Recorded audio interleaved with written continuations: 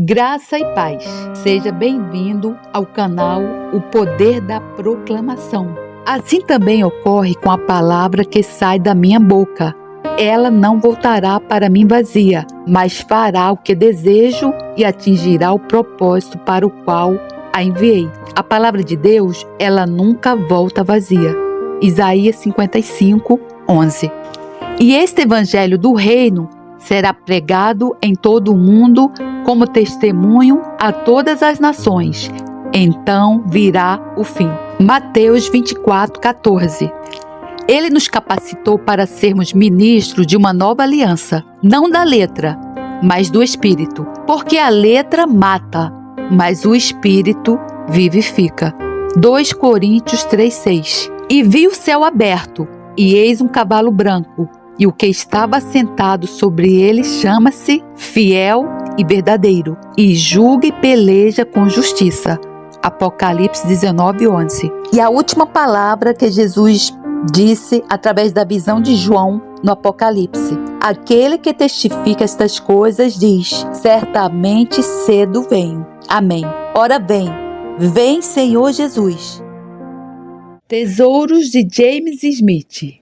O pedido da alma perdida. Sabemos comparativamente pouco do mundo invisível. Sabemos que é um céu de alegria e paz para o pecador salvo, e é um lugar de tristeza e sofrimento para o pecador perdido. Nosso Senhor, em uma de suas parábolas, nos apresenta a vida sofrida, a morte feliz e o estado glorioso no céu, de um pobre crente, e a vida alegre e a morte e o terrível estado de sofrimento no inferno, de um pecador rico.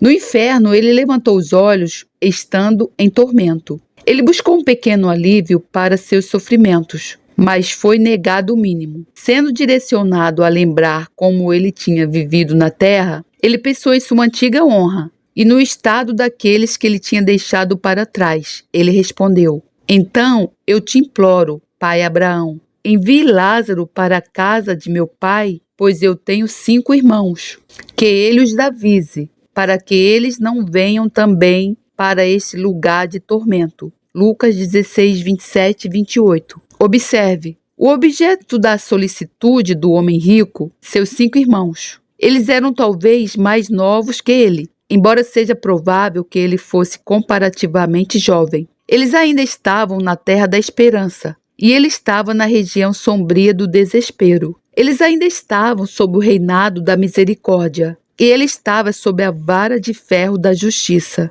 Ele temia por eles, pois sabia em que estado os havia deixado. Ele temia por eles para que não perseverassem no pecado e, por fim, chegassem ao mesmo lugar de tormento. Ele desejava ardentemente a salvação deles e que pudessem escapar da ira certa que está por vir. Ele se desesperou da salvação deles por meios comuns e, portanto, pediu que Lázaro fosse enviado para que pudesse testemunhar a eles.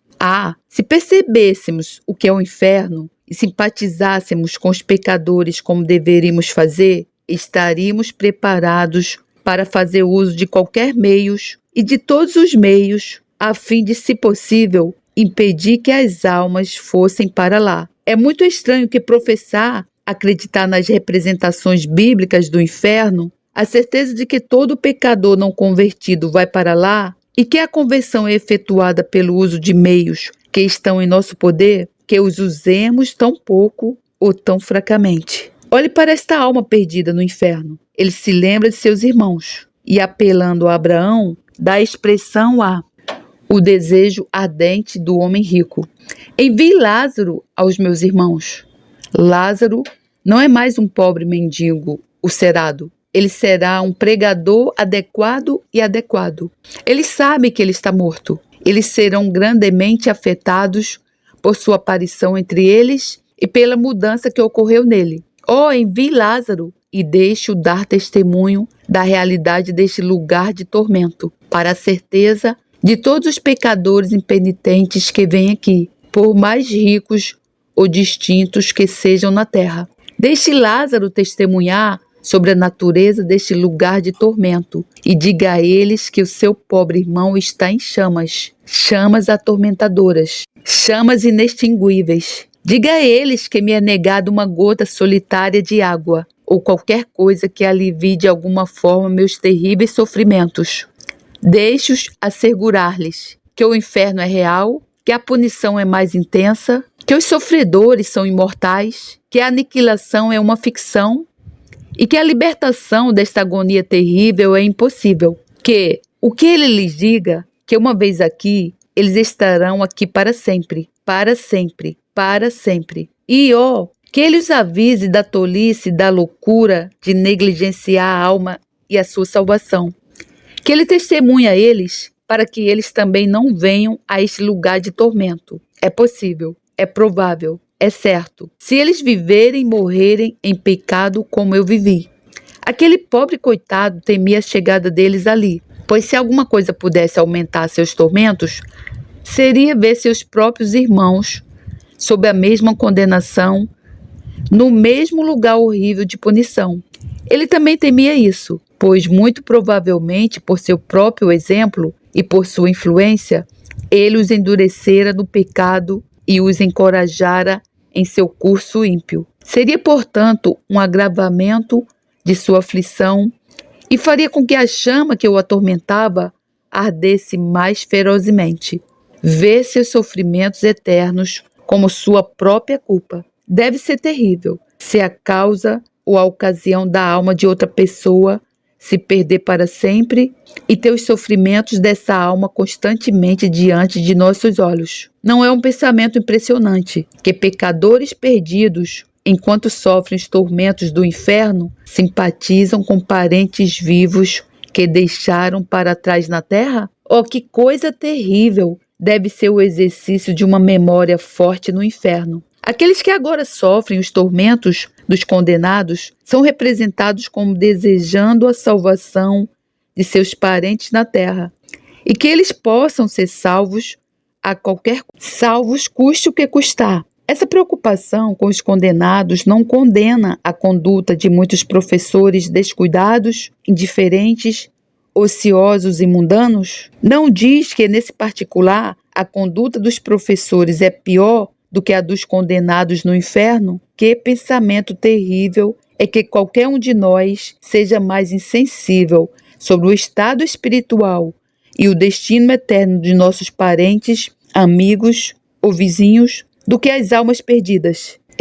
Pode ser que temos corações mais duros ou almas mais irrefletidas do que os espíritos perdidos? Irmãos, quão ativos, quão ansiosos, quão incansáveis devemos ser em testemunhar aos pecadores, em orar pelos pecadores, em suplicar aos pecadores e em nos esforçar de todas as maneiras possíveis para impedi-los de ir para qualquer lugar de tormento. Leitor, como vai com você? Pergunte diligentemente, eu imploro. Existe alguma mesmo a mais remota probabilidade de você ser enviado para aquele lugar de tormento? Pense em ser atormentado em chamas de fogo, em ser atormentado sem o menor alívio e em ser atormentado assim para todo sempre. Pense em ir diretamente da terra brilhante da esperança para as regiões sombrias do desespero. Pense em ir de uma luz da terra, de Bíblias, dos meios de graça, para sofrer a vingança do fogo eterno.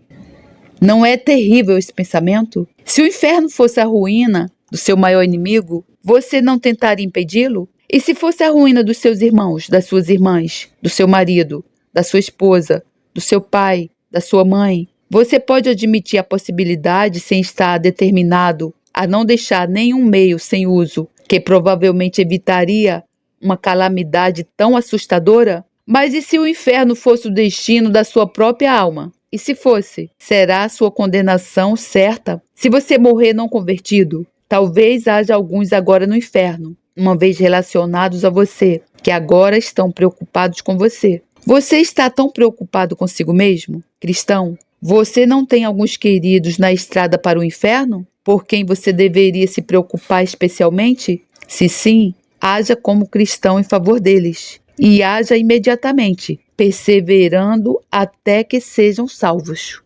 Santificação. Que o homem caiu de Deus e é consequentemente depravado e poluído é um fato tão claramente revelado na palavra de Deus e tão evidentemente provado por sua conduta geral que não pode ser negado, ou mesmo duvidado por qualquer um que acredite na inspiração das Escrituras, ou atenda ao que está acontecendo ao seu redor, que nesse estado, o homem é totalmente inapto para entrar no céu, ou desfrutar da presença de Deus na terra. É igualmente claro, o homem perdeu todo o direito à felicidade e está destituído de toda aptidão para a glória. Ele é um rebelde em armas contra Deus, uma criatura pecadora e poluída. Sua inaptidão para o céu é radical, pois ele é inteiramente depravado, e o próprio cerne de sua vida é uma fonte de impureza, pois de dentro do coração procede tudo o que é vil, degradante e ofensivo a Deus. E somente essas coisas mais. Toda imaginação dos pensamentos de seu coração é má, somente má, mas desde sua juventude, má continuamente. Gênesis 6, 5, 8, 21. Ele é, em uma palavra, exatamente o oposto do que Deus o fez, quando ele saiu das mãos de seu Criador. Ele era santo, agora ele é depravado. Ele era luz, agora ele é escuridão.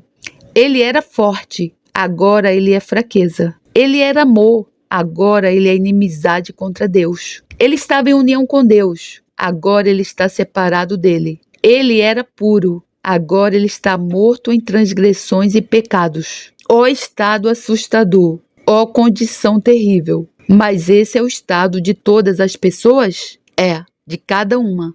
Não há exceções? Não há nenhuma. Pois todos se extraviaram e juntamente se tornaram imundos. Não há quem faça o bem, não há nenhum sequer. Salmo 14, 1, 3, Romanos 3, 10, 18. Então o estado do homem por natureza é realmente assustador, pois ele é inimigo de Deus, escravo de Satanás, representante do pecado, vassalo do mundo e combustível adequado para as chamas eternas. Então o céu se fecha para ele, pois nunca entrará nele coisa alguma que contamine.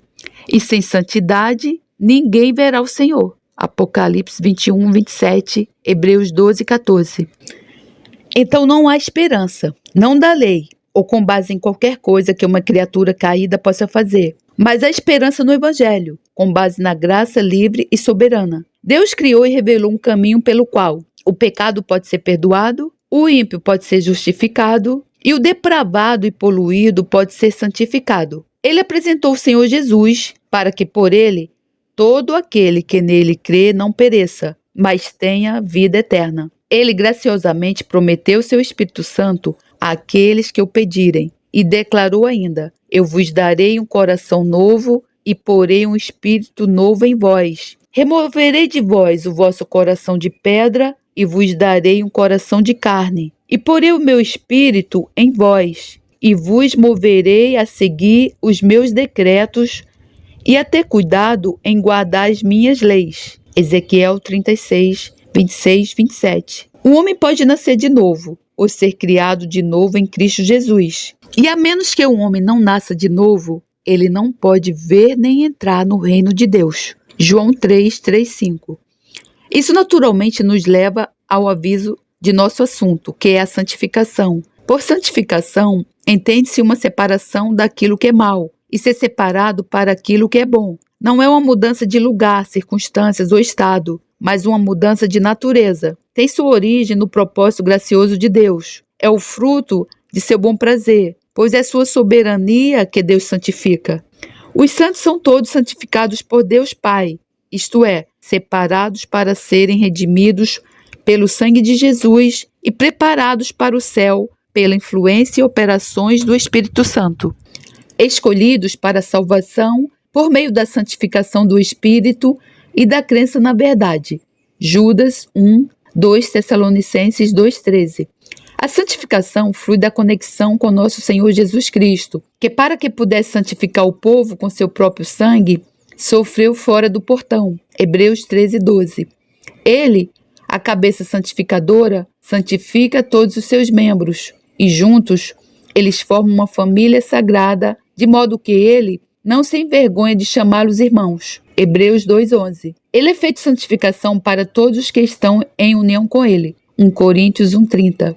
Mas nossa santificação pessoal e experimental é produzida somente pela habitação e operações do Espírito Santo, e consiste em nossa consagração a Deus e seu serviço. É a vida de Deus na alma, uma nova criação, uma natureza divina transmitida, uma ressurreição dos mortos. Um novo coração é dado, um terno coração de carne. A alma é derretida no fogo do amor divino e moldada novamente pela verdade. As coisas velhas passam e todas as coisas se tornam novas. O entendimento é iluminado, a consciência é despertada e purificada. As afeições são espiritualizadas e elevadas, e a vontade é direcionada para um novo canal, de modo que ela escolhe as coisas que são mais excelentes.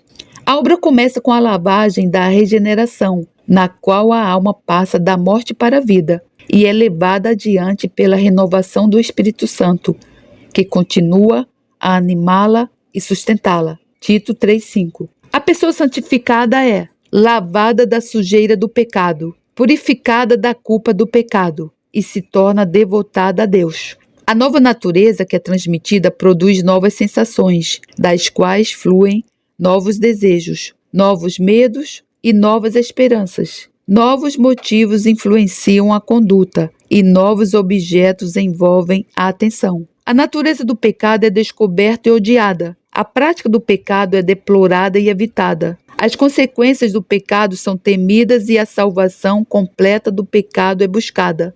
Os caminhos do Senhor parecem agradáveis. O tempo e os talentos são empregados em seu serviço. A Bíblia se torna a companheira diária. Os santos parecem os excelentes da terra. E as ordenanças do Evangelho produzem lucro e prazer. Jesus é agora o objeto da fé, o assunto da meditação e parece totalmente adorável. Nenhuma pessoa santificada jamais pensa levianamente no pecado ou no Salvador, mas o coração repousa em sua expiação. A língua implora seu nome, a alma tem sede de sua graça, e a pessoa inteira busca abrigo e segurança em sua perfeita retidão.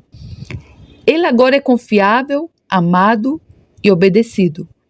Ele é tudo em todos. O homem santificado geralmente gosta de orar, mas ele sente que deve orar quando não faz, pois a oração é o sopro vital de sua alma, o desabafo de suas tristezas, a expressão de seus desejos e a expressão de seus sentimentos. Ele diariamente sente mais e mais sua necessidade de Jesus. Observa seus numerosos defeitos, lamenta seus afastamentos de Deus, arrepende-se de cada pecado e anseia-se exatamente como seu querido Redentor. Ele frequentemente lamenta porque peca contra um Deus tão gracioso e ainda assim se alegra porque é salvo em Jesus com uma salvação eterna.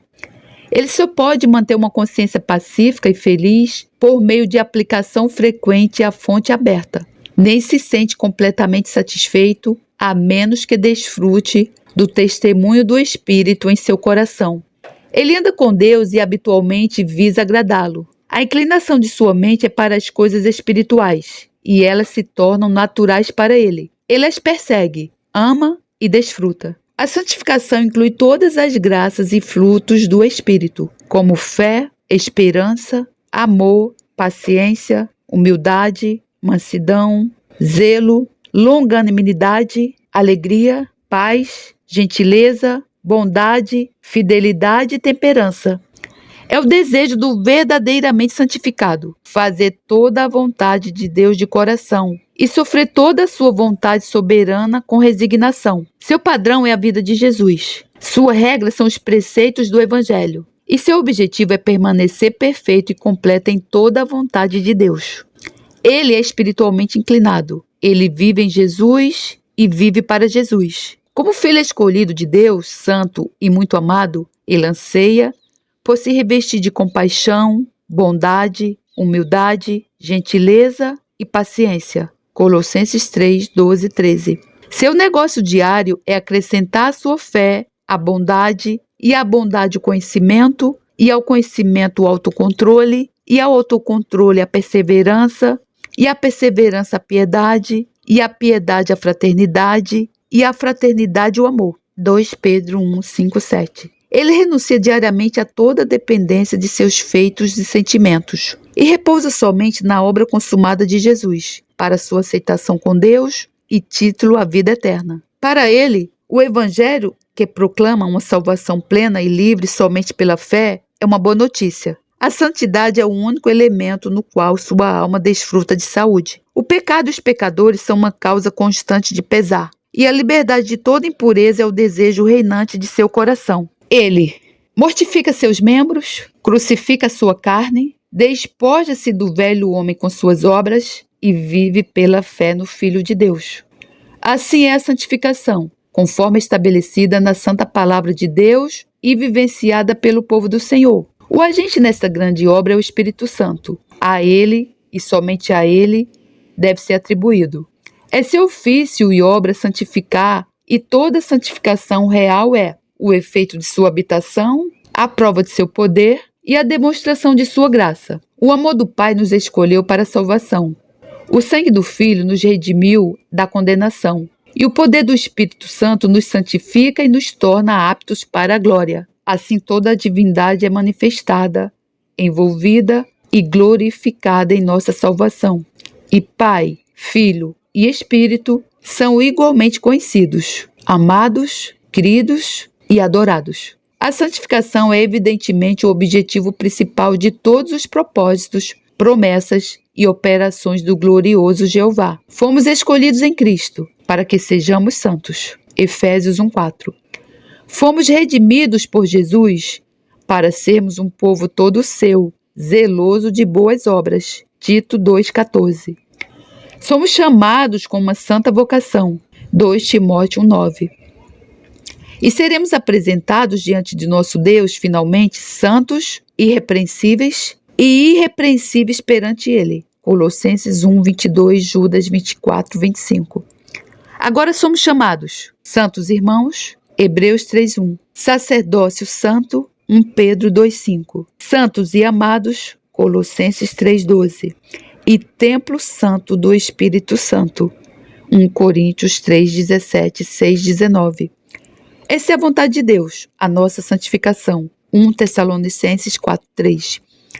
E até que a nossa santificação esteja completa e nos assemelhemos exatamente ao Senhor Jesus Cristo, em corpo, alma e espírito, nossa salvação não estará terminada, nem o glorioso propósito de Deus realizado. Devemos ser como Ele, pois estamos predestinados a isso. Seremos semelhantes a Ele, porque o veremos como Ele é. Romanos 8:29, 1 João 3:2. Os templos do Espírito Santo serão completamente purificados. A noiva, a esposa do Cordeiro, estará livre de toda mancha, ruga ou qualquer coisa assim. Os filhos de Deus serão perfeitos, como seu Pai que está no céu é perfeito. O instrumento pelo qual esta obra é efetuada é a palavra de Deus, a verdade como ela é em Jesus. Por isso ele orou: santifica-os na tua verdade, a tua palavra é a verdade. João 17:17. Toda doutrina, promessa, preceito e narrativa na palavra de Deus é de uma tendência santificadora. Todos nos ensinam a evitar o pecado, apegar-nos ao Senhor e aperfeiçoar a santidade em seu temor. Pela palavra de Deus fomos gerados de novo. Tiago 1:18. Pela mesma palavra incorruptível, somos preservados na fé. 1 João 3:9. E é dito que opera eficazmente em todos aqueles que creem. 1 Tessalonicenses 2:13. Mas é a palavra como crida, como pleiteada no trono da graça, como obedecida na vida, pois sem fé a palavra não terá proveito. Hebreus 4:2. Mas pela fé ela purifica o coração. Atos 15:9. Aflições e provações são frequentemente empregadas para nos ensinar o valor, uso e importância da palavra. E em conexão com a palavra, elas promovem nossa santificação. Sim, crente, suas tristezas, seus problemas, seus lutos, são todos necessários. Eles são para desmamar você da terra, para elevar seus pensamentos e afeições ao céu e para incitá-lo em seu caminho para a casa do seu pai. Elas são apenas a voz do seu pai dizendo: levantem-se e partam, porque este não é o seu descanso, pois é poluído. Miqueias 2:10. Nosso Pai nos castiga em amor, não para seu próprio prazer, mas para nosso proveito, para que sejamos participantes de sua santidade. Hebreus 12:10. Portanto, prezemos e usemos o Evangelho buscando conhecer tudo o que está incluído nas palavras do apóstolo, quando ele disse: mas todos nós, com o rosto descoberto, refletindo como um espelho a glória do Senhor, estamos sendo transformados à sua imagem com glória cada vez maior, a qual vem do Senhor, que é o Espírito. 2 Coríntios 3:18. A obra de santificação é progressiva. Primeiro vemos o bebê recém-nascido, desejando o leite sincero da palavra, para que ele possa crescer por meio dele. 1 Pedro 2:2.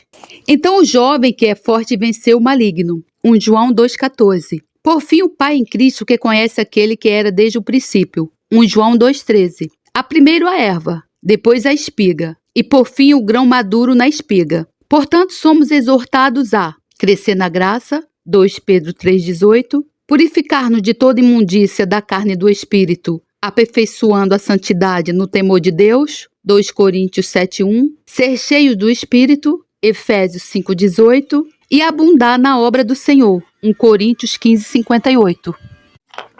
João, falando dos privilégios atuais e das perspectivas brilhantes desfrutadas pelos santos, diz: e todo aquele que nele tem essa esperança purifica-se a si mesmo, assim como ele é puro.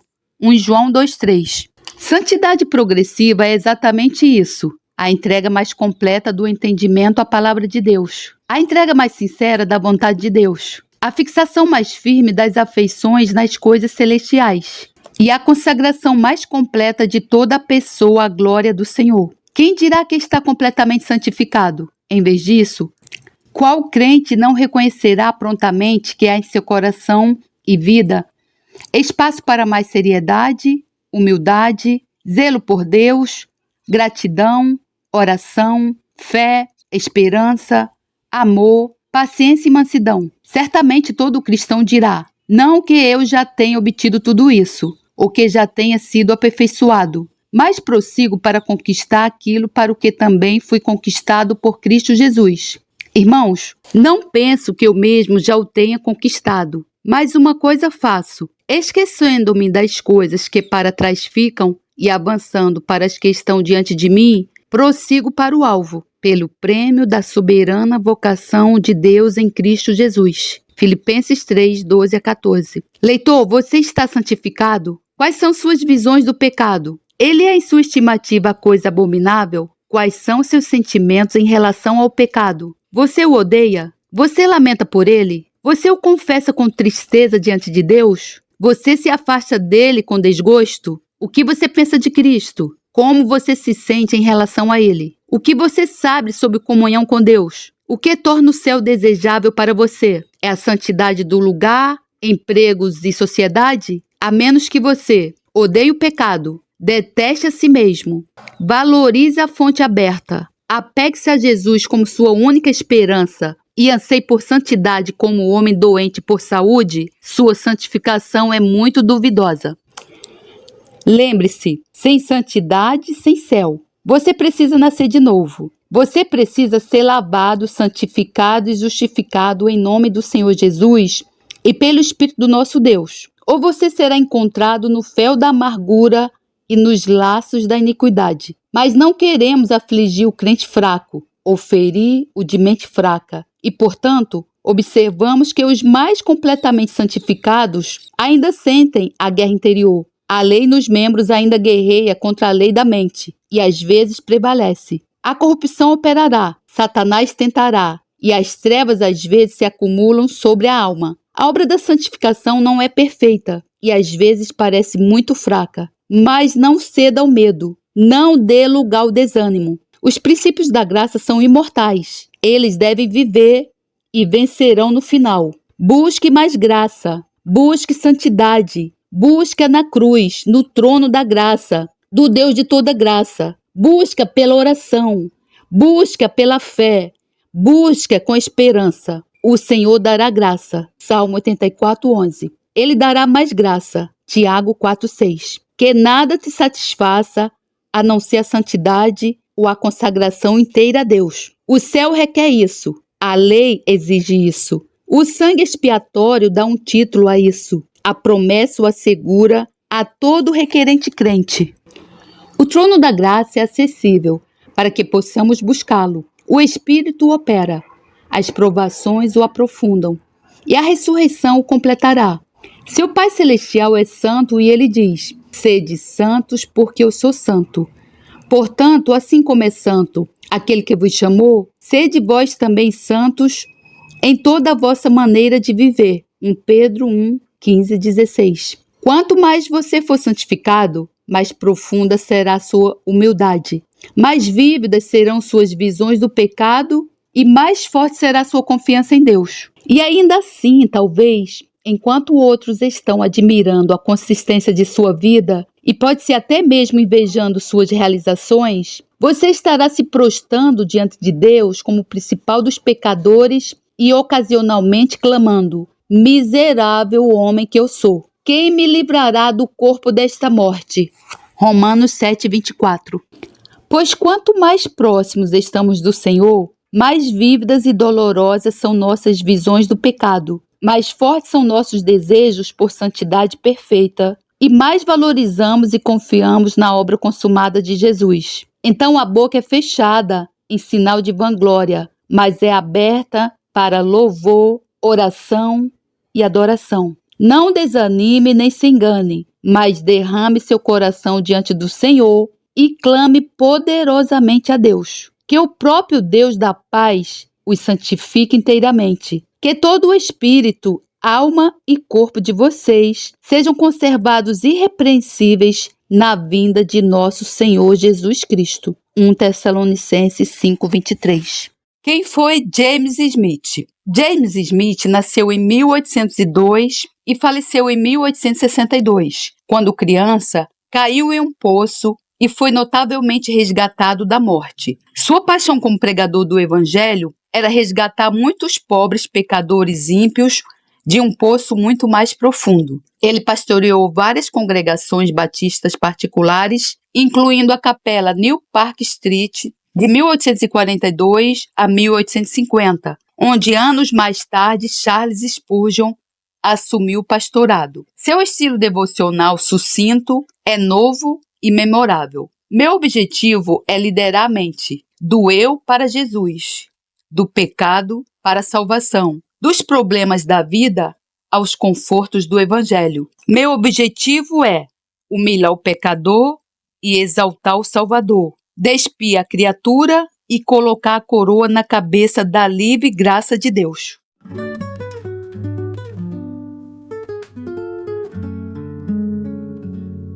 Filho meu, não te esqueças da minha lei, e o teu coração guarde os meus mandamentos, porque eles aumentarão os teus dias e te acrescentarão anos de vida e paz. Não te desamparem a benignidade e a fidelidade atás ao teu pescoço. Escreve-as na tábua do teu coração, e acharás graça e bom entendimento aos olhos de Deus e do homem. Confia no Senhor de todo o teu coração, e não te estribes no teu próprio entendimento.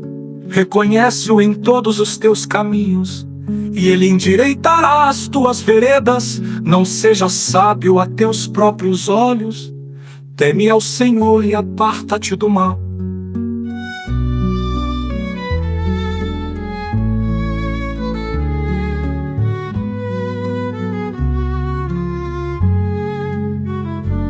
Isto será saúde para o teu âmago e medula para os teus ossos.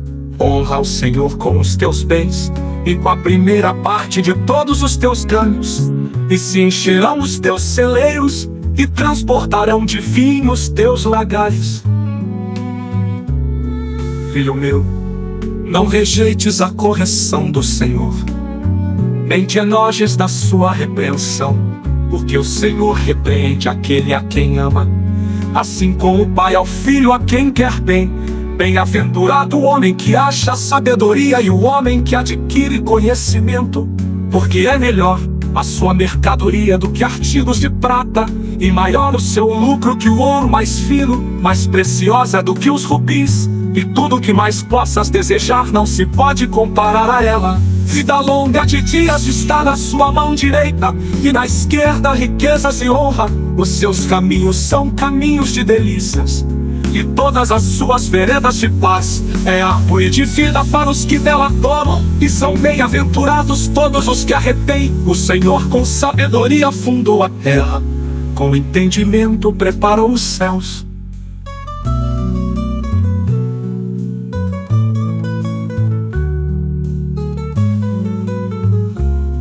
Pelo seu conhecimento e pelo teu caminho, e o teu pé não tropeçará.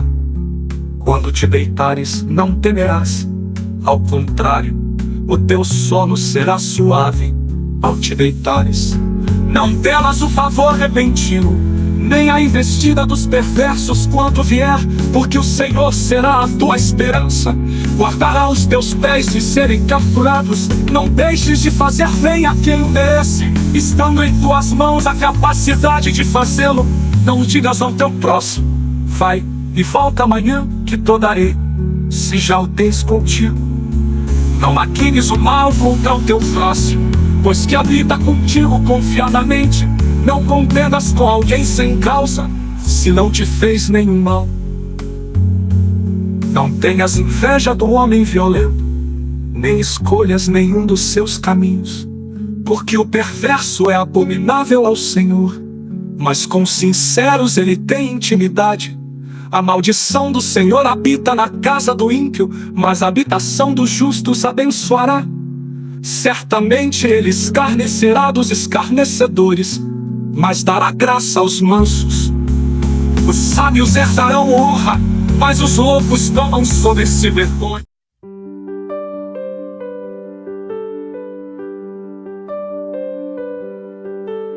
Jesus encheu meu coração, declaro isso hoje eu, e Ele é meu cântico.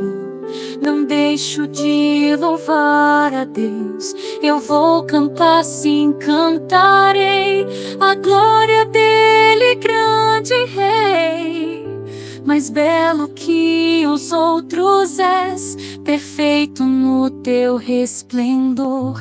Teu coração tem tal amor, teus lábios graça e dulçor. És o amado de Deus Pai, a plenitude em ti está.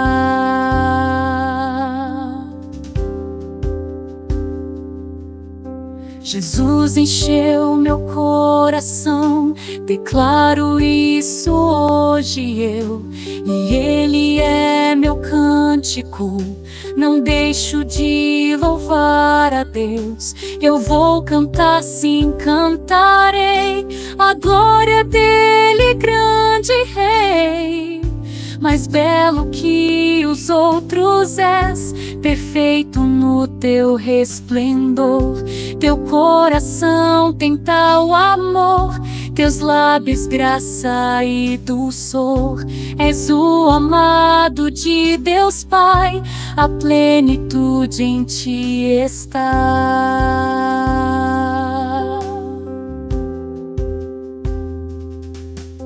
Jesus encheu meu coração, declaro isso hoje eu, e Ele é meu cântico. Não deixo de louvar a Deus, eu vou cantar, sim, cantarei a glória dele, grande Rei. Mais belo que os outros és, perfeito no teu resplendor. Teu coração tem tal amor, teus lábios graça e dulçor. És o amado de Deus Pai, a plenitude em ti está.